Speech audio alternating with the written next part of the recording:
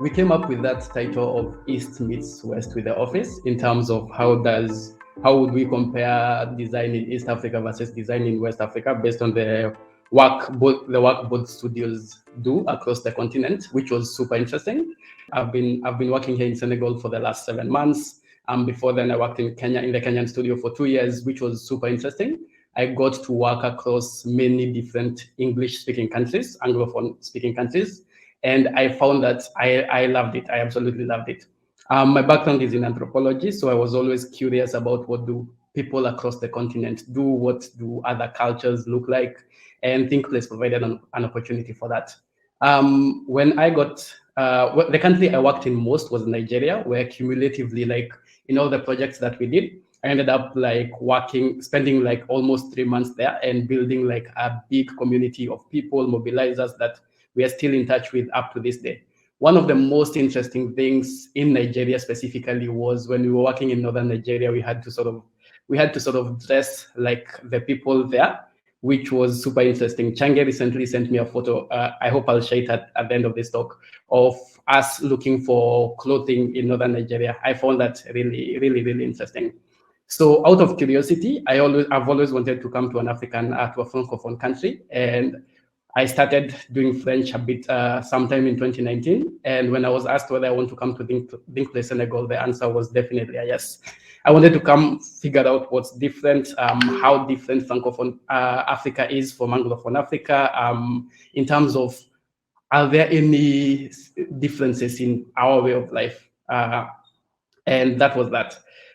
One thing that I realized, I ended up not focusing on the differences, but the similarities in terms of everywhere I've gone to in Africa, it's always been easy for me to fit in. As long as I don't speak and people don't hear my accent, people always think I'm one of them. And that was best seen in Nigeria, where if you would literally enter a taxi and people would start speaking to you in their local language because they see you as one of them, which I find really, really interesting. I'm really big on community. I'm super, super big on community. And before I came to Senegal, one of the things that I did was I started looking for communities online so that I could find spaces to plug in when I came here. Some of those communities that I ended up looking for were Rotary, as Kali mentioned, and also the Kenyan community here in Senegal, which is actually super, super vibrant. And I loved it. I was able to reach out to a few people. And by the time I got here, I was already in like two WhatsApp groups, in like 2 or 3 WhatsApp groups of the communities I had reached out to. And slowly I started like meeting the people in these communities.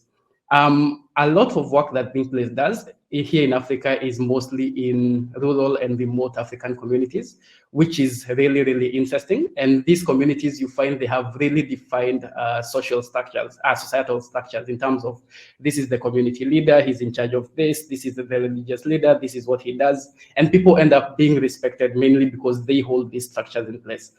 The people end up knowing each other. Like you would see that in the society, in the communities that we've been to. Like you realize all people know each other, and people sort of acknowledge each other in the roles that they play.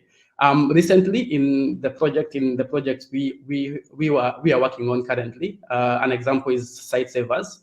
We started reaching out to a group of people we call the key informants, which I found really, really interesting. So key informants, we describe them as people who have a holistic understanding of the communities that we intend to study. In terms of these people, either at a national perspective, understand the interventions being run to solve the problem that we intend to solve, or at a local perspective, understand the barriers and risk factors of the communities. And in our interviews, we conducted these interviews before we actually go to the ground to run our normal research. And what we found really useful in these interviews is that they helped us frame our lines of inquiry in terms of they would help us understand what's the scope, what are the interventions currently being run by the partners, what are the key lessons that we've learned from some of these interventions, how have we managed to actually enter these communities and all that. And that was super, super useful in terms of the work we do.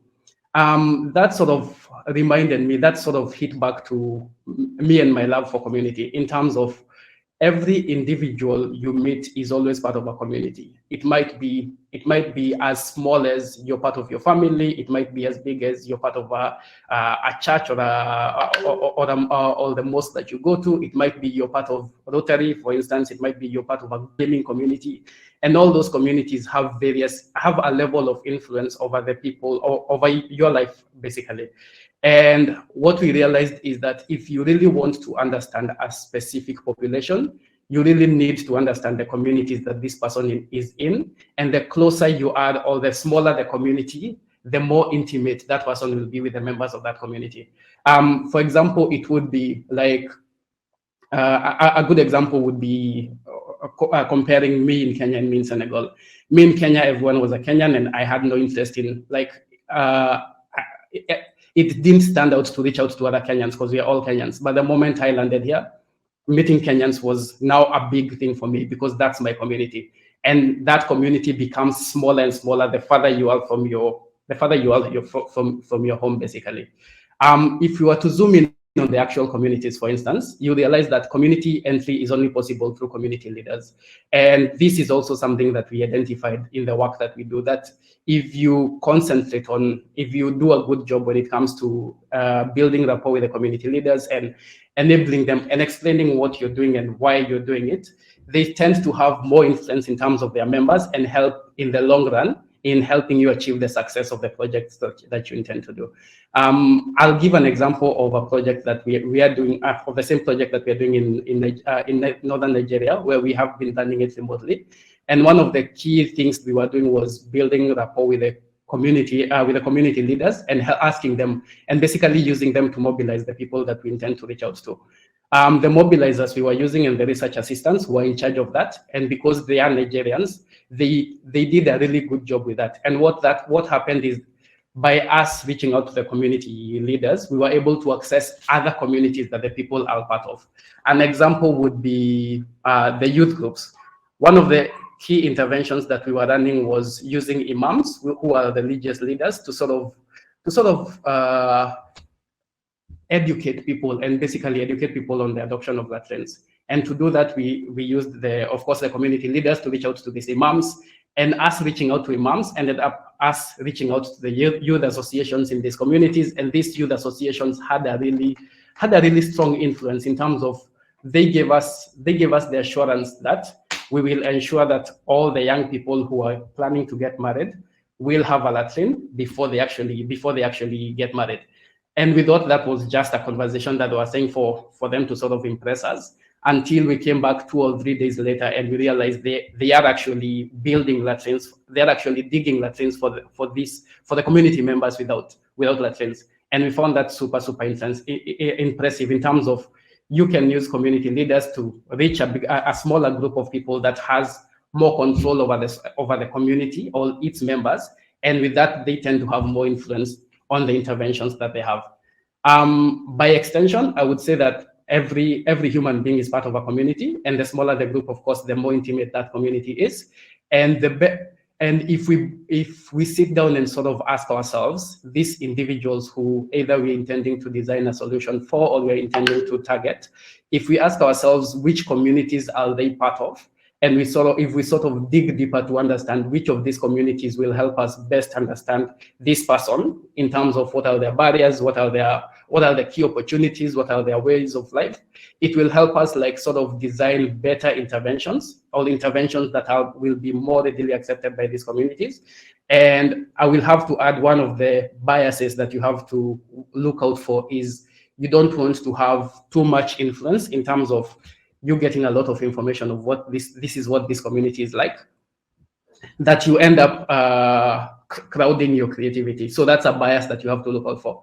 But all in all, it's been super interesting learning that communities are everywhere, especially here in Africa, and communities are really strong in terms of when you need to build interventions that last. The more involved you are, or the more you involve community members or community leaders or key people who understand these communities, the more the impact these interventions will have.